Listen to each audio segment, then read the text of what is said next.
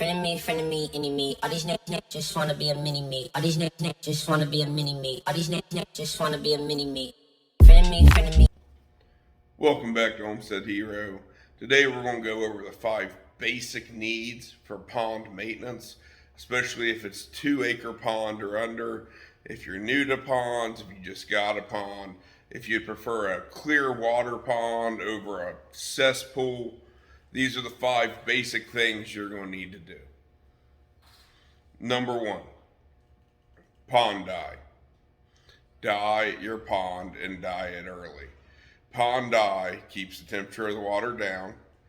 Pond dye makes it extremely hard for aquatic vegetation to grow because it blocks the sunlight. It holds back algae and it keeps out predators. Predators can't see your fish because of the reflection from the pond dye. Number 2, pond aeration.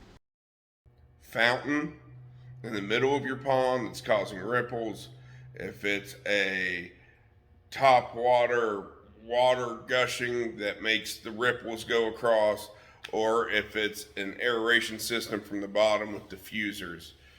Aeration plays a big part as far as keeping your pond from being a cesspool. I prefer the diffusers because your pond won't flip if you have diffusers.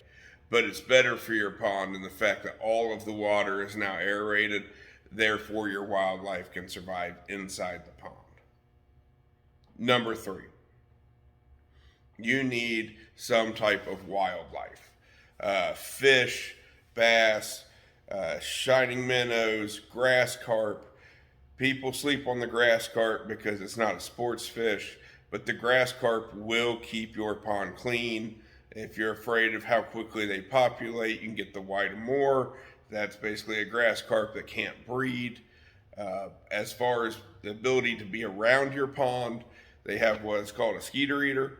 I stocked 400 in my pond, and they stay in the first 6 inches of the water column, and they eat mosquito larvae, making it more comfortable for everyone who uses your pond.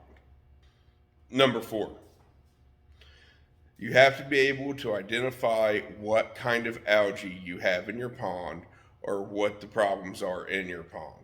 If you have an excessive amount of lily pads, you know lily pads are your problem. But if all you have is some sort of floating algae, you don't know exactly what kind it is, if it's duckweed, watermill, red sylvania, algae blooms, if you've got algae growing from the bottom, you need to be able to justify what those are or be able to figure out what they are so you can adequately treat them. And number 5, an aquatic herbicide. And you need the right one.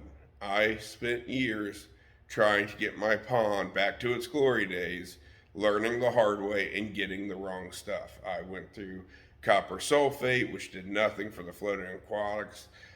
We've tried to take them off manually. I've tried burning them. I've tried raking them.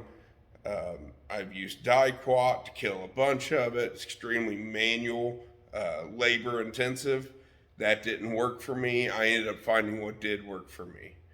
Sonar AG worked the best for me, but that doesn't mean that's what's going to work best in your pond.